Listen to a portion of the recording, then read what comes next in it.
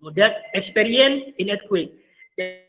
Jadi video ini saya ceritakan aja mungkin ya, nanti kalau bisa mungkin saya sharing ya. Ini kalau bisa nanti saya sharing, nggak tahu mungkin di grup WhatsApp saya kirimkan. Nature theory itu tentang gempa bumi ya, tentang kemarahan alam, gempa bumi.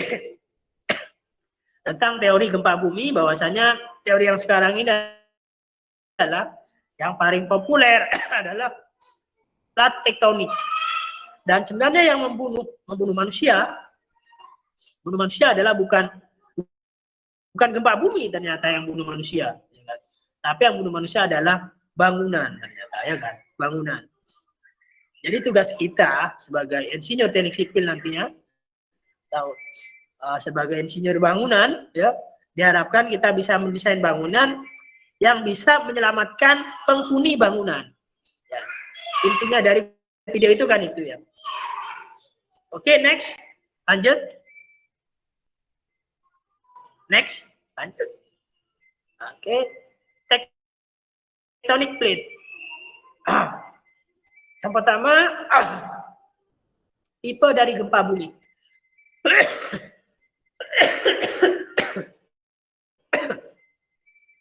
Ini mengenai teori gempa bumi plat tektonik.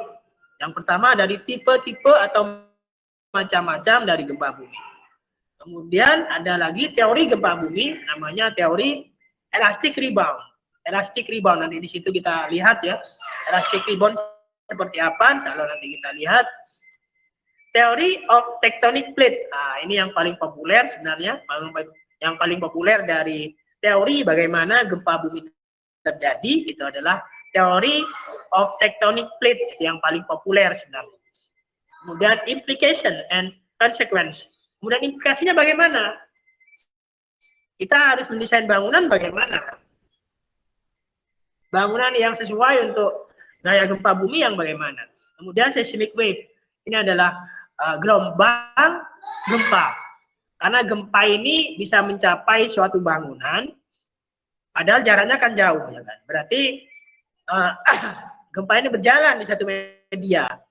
Dia berjalan di satu media, maka dia sendiri adalah suatu gelombang. Sama seperti suara saya sampai ke Anda semuanya ini kan, karena suara saya adalah gelombang. Ya kan? Gelombang suara saya. Kalau melalui udara sama melalui HP ini mungkin lebih cepat melalui HP gini ya. Karena dia mengalirnya dengan elektromagnetik kalau melalui HP gini kan. Kalau melalui udara ya pakai kecepatan gelombang suara di udara. Kalah mungkin selalu sama yang melalui HP gini, kalah cepat. Oke, next. Next. Lanjut. Oke. Types of earthquake. Ya mohon maaf ini memang materinya dalam bahasa Inggris ya. Dalam bahasa Inggris. Diharapkan Anda kalau mungkin ada yang kurang paham silakan ditanyakan. Juga kalau misalkan Anda mencari artinya silakan cari di kamus ya. Dan juga bahasa Inggris saya juga enggak terlalu bagus mungkin ya. Yang bagus mungkin dosen-dosen yang muda-muda yang kuliahnya di luar negeri itu bagus ya. By their mode of generation, earthquake can be classified as follow. Jadi gempa bumi bisa dikelompokkan menjadi beberapa. Yang pertama tectonic earthquake, yang kedua volcanic earthquake, yang ketiga collapse earthquake, yang keempat adalah human caused explosion. Yang pertama, kita kembali ke yang pertama, tectonic earthquake. The most common earthquake. Ini adalah yang paling umum, gempa bumi yang paling umum terjadi. Produce when rock break suddenly in response to the various geological tectonic force. Ini adalah dihasilkan oleh bebatuan yang mengalami aktivitas geologi. Bebatuan di bumi yang dia pecah secara tiba-tiba atau patah secara tiba-tiba karena beberapa macam aktivitas atau karena beberapa macam gaya geologi. Yang kedua adalah volcanic earthquake. Earthquake can occur together with volcanic eruption. Ini adalah gempa bumi yang terjadi bersama dengan erupsi dari gunung. Eruption of volcanoes and earthquake both result of tectonic force in the rocks and need not occur together. Sebenarnya ya erupsi dari vulkano dan gempa bumi keduanya itu adalah result atau hasil atau output dari kegiatan tektonik yang terjadi di bumi. Dan sebenarnya bisa terjadi nggak bareng sebenarnya, nggak harus bareng dia. Tapi kalau terjadi bareng maka itu adalah gempa bumi vulkanik. Nggak harus bareng terjadinya, atau nggak selalu bareng ya, nggak selalu bersamaan. Kalau bersamaan maka kita sebut sebagai gempa bumi vulkanik. Berikutnya collapse earthquake, collapse of underground cavern and mines. Itu disebabkan oleh runtuhnya gua dan pertambangan di bawah tanah. Produced by massive landsliding, dihasilkan oleh landsliding atau daratannya yang mengalami sliding yang lumayan besar, massive lumayan besar ya. Human cause explosion disebabkan oleh ledakan kimia atau nuklir. Oke, next.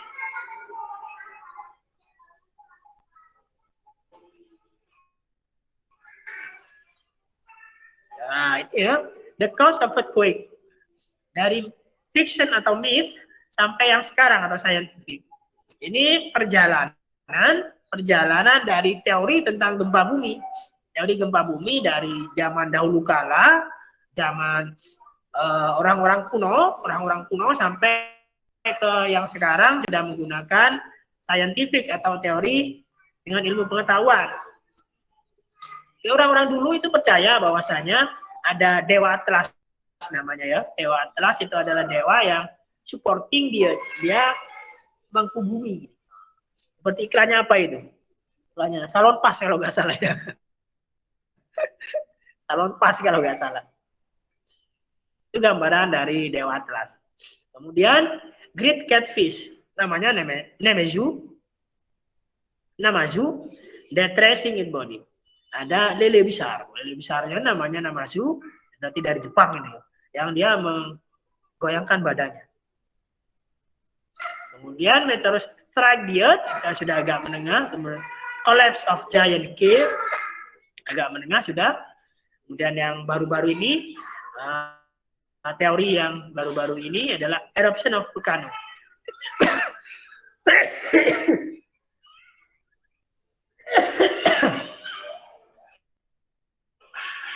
Explosion by human. Kemudian yang terakhir adalah plate movement atau pergerakan dari plat. Okay, next. Itu gambarnya itu. Itu gambar lele besar tadi ya. Kemudian dijual oleh orang-orang lelenya. Lelenya ditangkap, kemudian dijual. Itu apa namanya mitos ya. Itu kan kepercayaan orang-orang mungkin Jepang zaman dahulu, insya Allah. Karena di Jepang memang di Jepang itu memang sering terjadi gempa bumi di Jepang itu. Jadi orang-orang zaman dulu, orang-orang Jepang dulu percaya gempa bumi itu terjadi karena ini penyebabnya lele ini dia ngamuk ngamuk, kemudian badannya digerakkan maka terjadi gempa bumi. Next. History of seismology. Di tahun 1891, seorang seismologis dari Jepang namanya Profesor Bekoto, setelah dia melakukan studi atau penelitian Minowari earthquake atau gempa bumi Minowari, kemudian dia menyimpulkan bahwasanya ini bisa disimpulkan bahwasanya patahan yang sekarang terjadi atau sudden faulting Ini adalah penyebab dan bukan efek dia itu dari gempa bumi. Bukan efek dia itu adalah penyebabnya. Nah, itu oleh Profesor Mikoto di Jepang. Itu adalah penyebabnya. Nah, kalau di Jepang, orang-orang di Jepang kan percaya itu karena lele besar itu tadi gitu ya. Bukan itu. Tapi ini patah nih di sini nih ini. Ini sumbernya di sini sumbernya. Nah, seperti itu orang-orang Jepang. Profesor Mikoto menyimpulkan seperti itu. Kemudian pengumuman ini kemudian mulai diterima, common acceptance, mulai diterima bahwasanya fraktur kemudian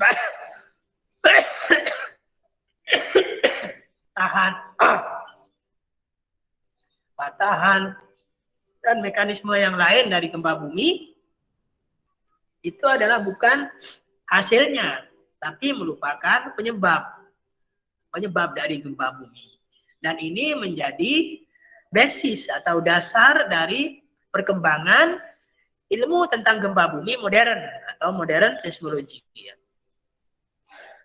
Itu menjadi menjadi dasar dari ilmu tentang gempa bumi modern. Kalau sebelumnya kan orang-orang percayanya terhadap mitos. Sebelumnya terhadap mitos, ini mulai percaya bahwasanya ini gempanya ya ini gempanya. Oke, next.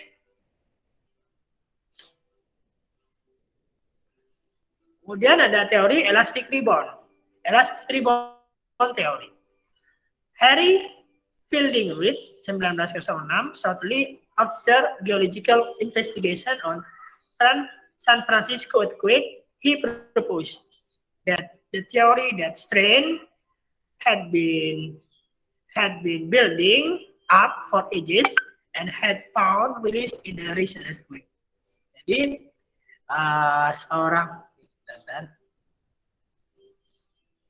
seorang ilmuwan yang melakukan investigasi di gempa bumi San Francisco, kemudian dia menyimpulkan bahwasanya strain itu regangan ya. Regangan itu terjadi beberapa tahun, sudah lama regangan itu terjadi beberapa tahun, dan kemudian dilepaskan di gempa bumi yang barusan ini. Gempa bumi yang baru terjadi ini. Jadi strain itu adalah ditarik atau ditekan ya. Di buminya atau di bebatuan terjadi gaya tarik menarik atau tertekan. Itu terjadi sudah lama sekali gayanya tertarik atau menekan. Baru setelah dia agak kuat itu baru terjadi patahan atau terjadi gempa.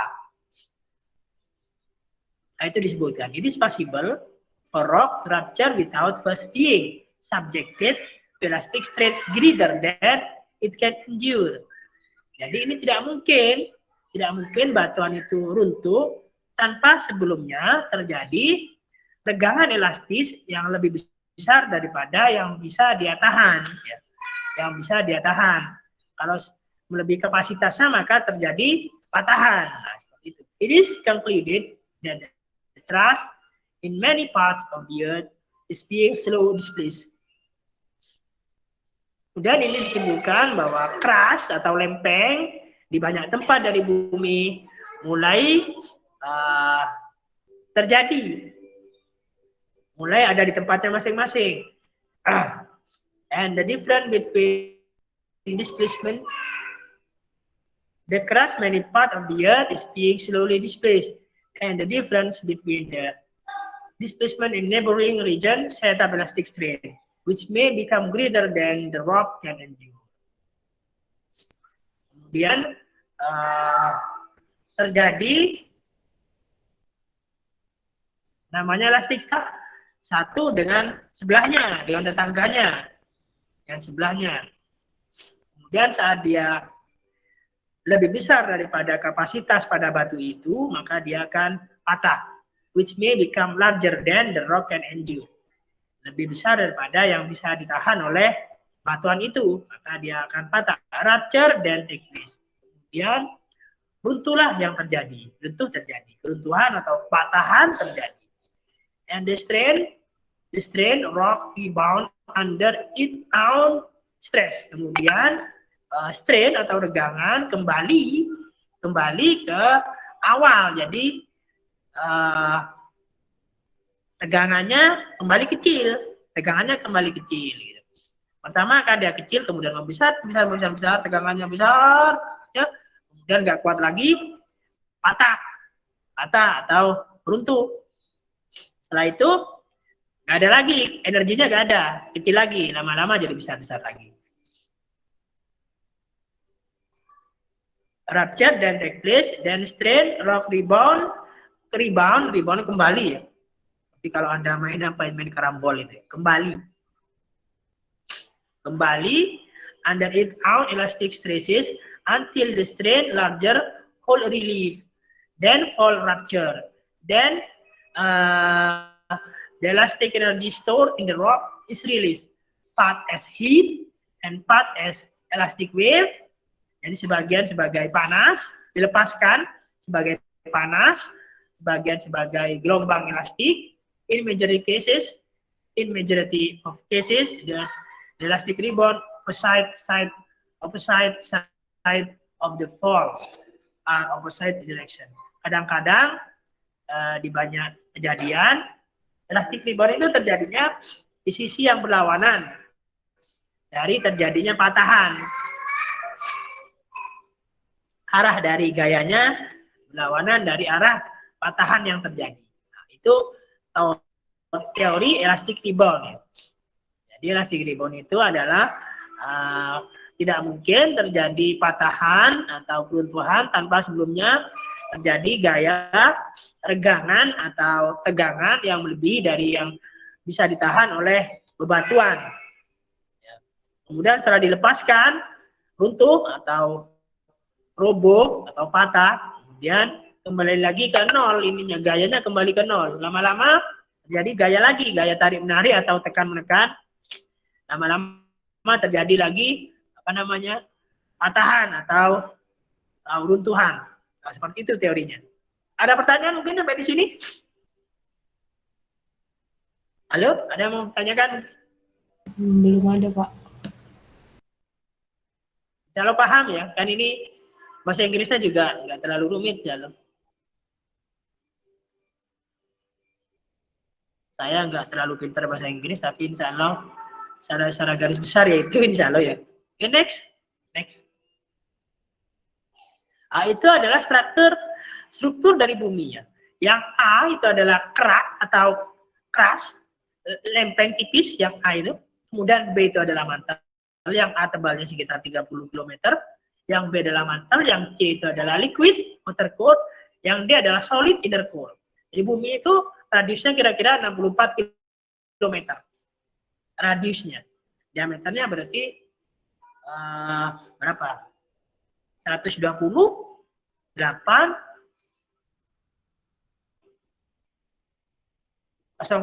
km.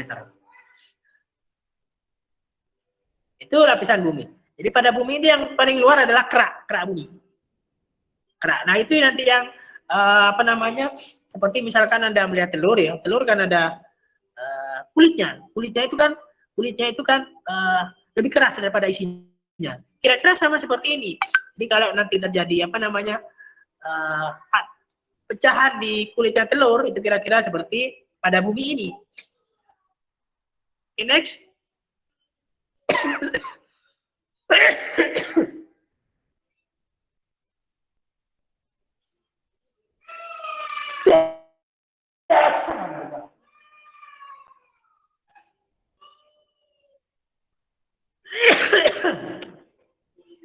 Mohon maaf, saya sedang sakit ya.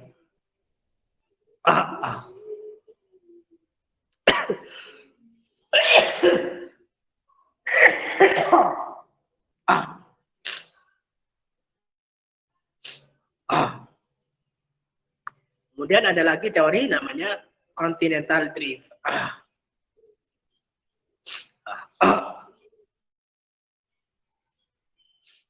Teori continental drift. Drift itu gerakan.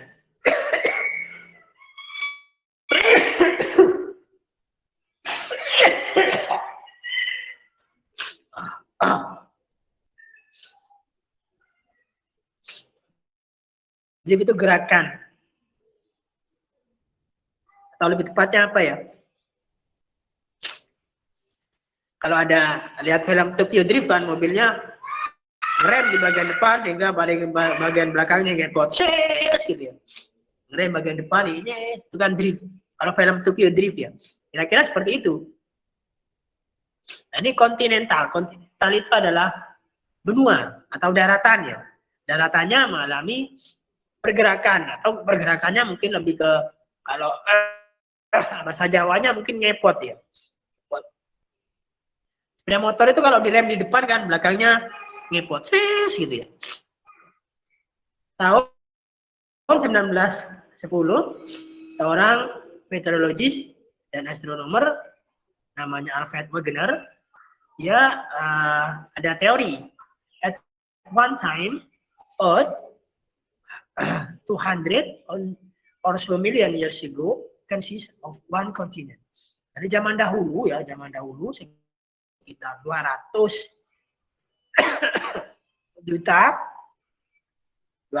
juta tahun yang lalu ya, bumi itu hanya terdiri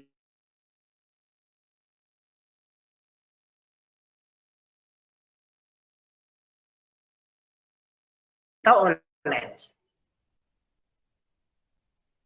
dan one ocean, kemudian satu lautan kita sebut sebagai Pantalasa or seas. Eventually, for reason which Wegener could not explain, kemudian sebagai untuk alasan yang nggak bisa dijelaskan oleh Wegener, masa ini mulai pecah di zaman Mesozoik sekitar 150 juta tahun yang lalu. Dan kemudian mulai bergerak, pertama bergerak ke arah utara selatan, kemudian ke arah barat timur. Nah, dia menyebut, atau Wegener ini menyebut proses ini adalah sebagai continental drift. Ya. Continental drift. Kita nggak bisa buktikan ini. Gimana cara buktikan? Kita pergi ke 200 juta tahun yang lalu. Ya. Kita nggak bisa buktikan. Itu kan perkiraan Wegener seperti itu. Jadi bumi itu asalnya dulu satu daratan, katanya Wegener. Kemudian satu daratan kita sebut sebagai Pangea, kemudian satu lautan disebut sebagai Pantalasa. Kemudian mulai bergerak mulai pecah di 150 juta tahun yang lalu. Mulai pecah, pertama ke utara selatan, kemudian ke barat timur. Dan prosesnya itu disebut sebagai continental drift. Kita nggak bisa buktikan ini karena kita nggak bisa pergi ke zaman 200 juta tahun yang lalu. Ya kita nggak bisa. Kecuali mungkin pinjam pintu ajaib mungkin bisa ya. Pintu ajaibnya Doraemon mungkin bisa. Okay, next.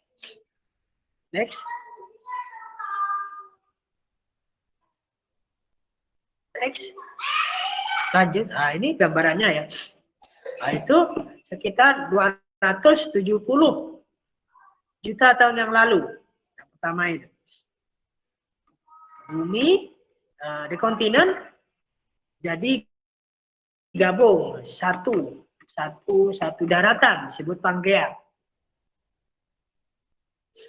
Dan yang kedua 150 juta tahun yang lalu Pangea mulai pecah ke utara selatan. Kemudian North America dan Europe were still united. Amerika Utara dan Eropa masih gabung waktu itu. It is now believed that North South America were a part of this. Ini dipercaya bahwasanya Amerika Utara dan Amerika Selatan pecahnya saat zaman itu. Nah, kira-kira 1 juta tahun yang lalu itu bentuknya sudah mirip bentuk yang sekarang ini. Yang nomor 3 ya, yang nomor 3 itu ya. Yang ketiga itu adalah 1 juta tahun yang lalu bentuknya daratan dan bentuknya lautan sudah mirip seperti yang ada dalam peta sekarang ini.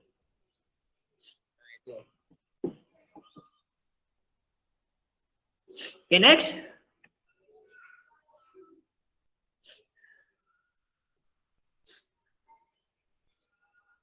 Theory of plate tectonic.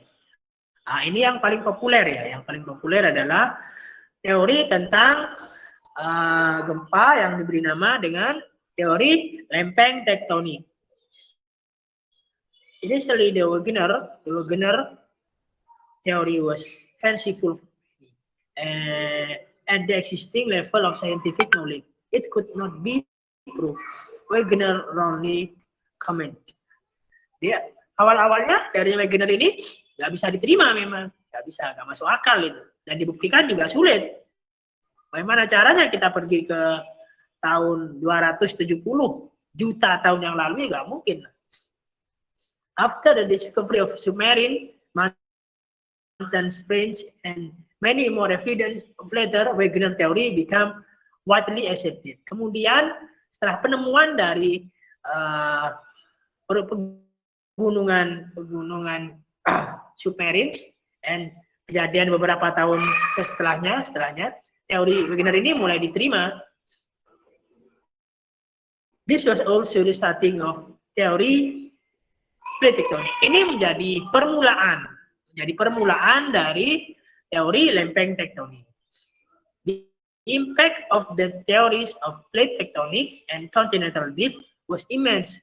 Was the great breakthrough the earth science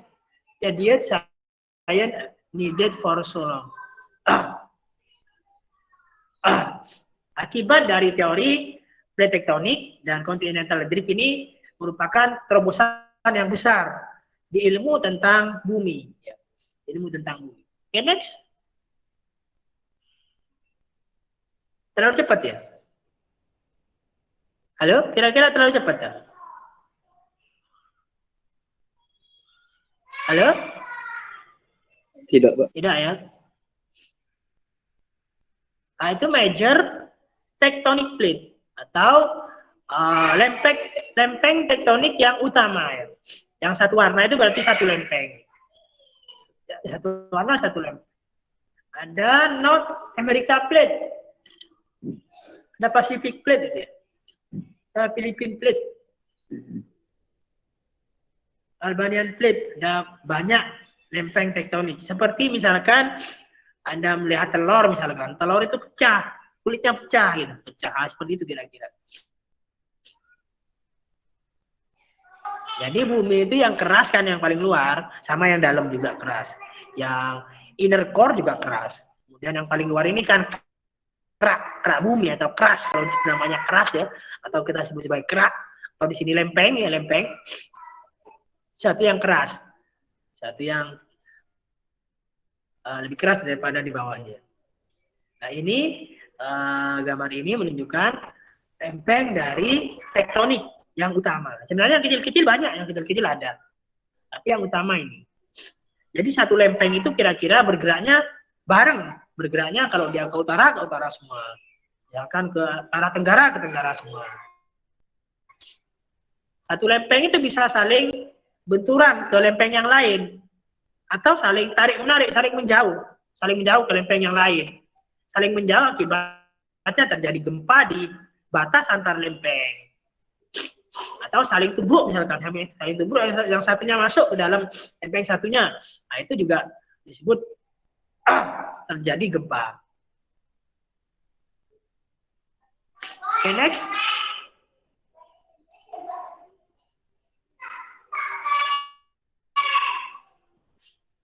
Plate tectonic content.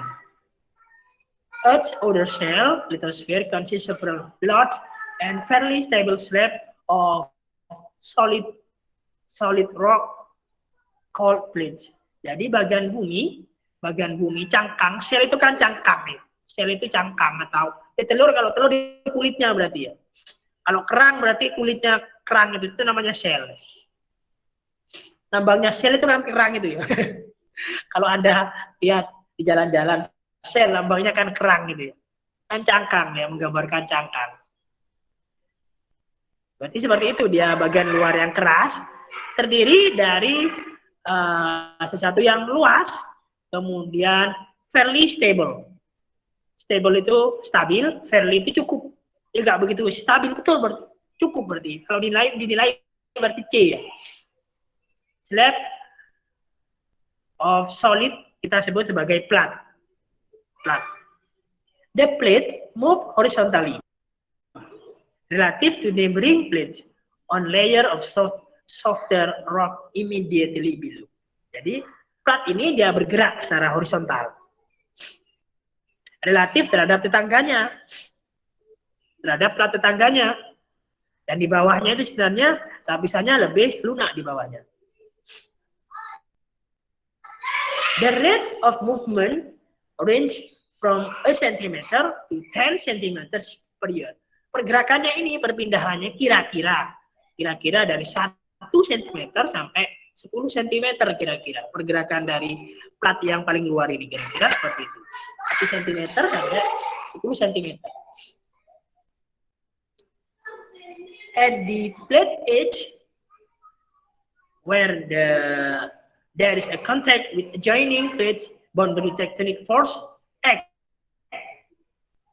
the rock causing the physical and chemical changes in them. This is where the massive and radical geological changes, including earthquake, occur. Jadi di batas antar plate edges, ya, batas antar plat itu terjadi kontak, hubungan. Boundary tectonic force. Jadi ada gaya namanya boundary tectonic force. Di suatu boundary itu ruangan tertutup gitu. Atau satu plat. Jadi kalau satu plat ada gambar kan, maka di paling luar ada gambar, kemudian ketemu tertutup, itu namanya boundary ya. Boundary. Bahasa Indonesia apa itu ya? Area tertutup. Gitu. Itu ada gaya namanya gaya tektonik boundary. Gayanya itu nggak tahu kemana arahnya, bisa ke arah utara, bisa ke arah selatan, bisa ke arah ke banyak arah. Kemudian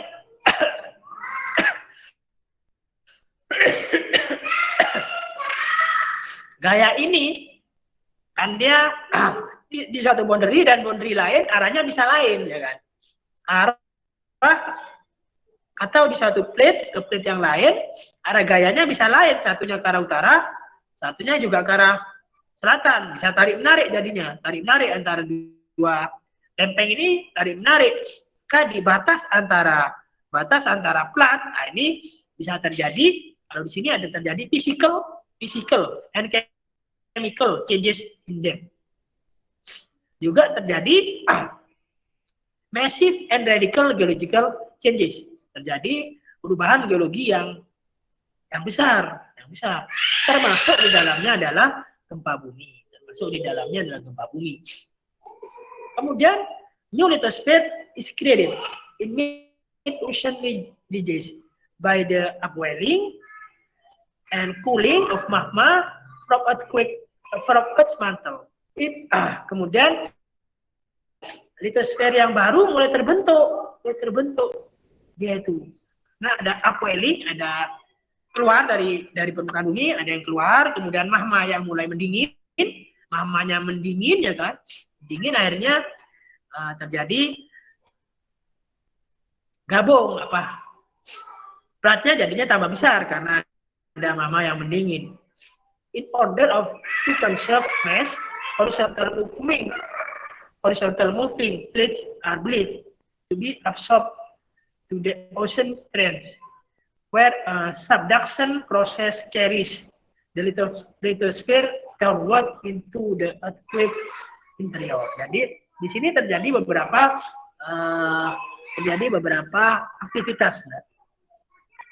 aktivitas geologi. Pertama ada trends di sini, trends. Kemudian ada subduction. Ini biasanya saya beri tugas kepada Anda untuk presentasi ya, tentang aktivitas yang terjadi dan istilah-istilah yang terjadi. Misalkan di sini ada reges. Reges itu bagaimana? Upwelling and cooling magma, bagaimana terjadinya? Ya. Next.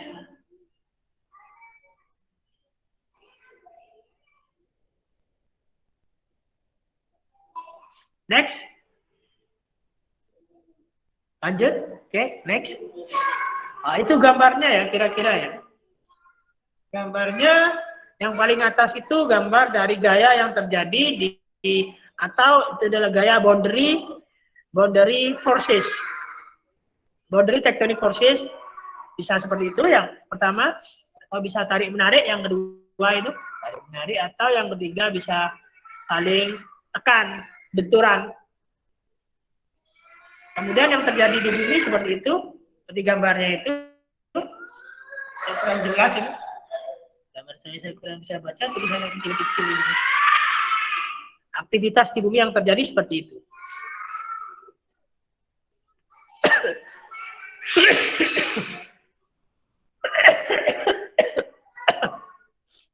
Mohon maaf ya.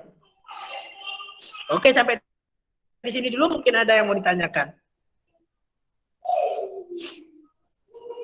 Sampai di sini dulu, mungkin ada yang mau ditanyakan.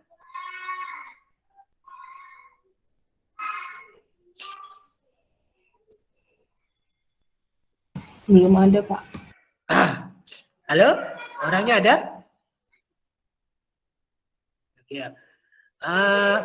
Ini karena bahasa Inggris ya, saya minta anak-anak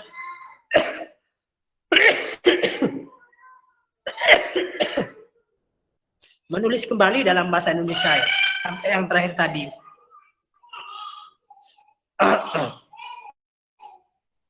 Saya beri PR, silakan ditulis kembali dalam bahasa Indonesia sampai yang terakhir tadi. Nanti tiap minggunya juga seperti itu. Mohon maaf, saya sedang sakit hari ini. Insya Allah itu untuk hari ini, kurang lebihnya saya mohon maaf. Mudah-mudahan Allah paling manfaat dan barokah. Assalamualaikum warahmatullahi wabarakatuh. Insya Allah nanti tolong di review ya, dirangkum dalam bahasa Indonesia ya, sampai yang terakhir tadi. Iya, waktunya sampai minggu depan. Saya mau tanya itu, Pak. Ya? Untuk gas betonnya itu soalnya bagaimana ya, Pak? Soalnya ke dosennya masing-masing. Sampai dosennya masing-masing. Itu busnya berarti tanya ke dosen pembimbing masing-masing. Dosen pembimbingnya. Kalau bisa soalnya itu sudah di print, kemudian di staples, kemudian minta ke dosennya. Kalau bisa ketemu langsung lebih enak sebenarnya. Ketemu langsung lebih enak, sehingga oleh dosennya nanti dilingkari atau dipilihkan yang sesuai untuk Anda tugasnya. Segera aja ya, segera menemui dosennya masing-masing. Baik, Pak.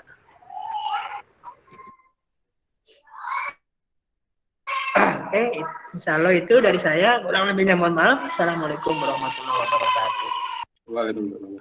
Waalaikumsalam.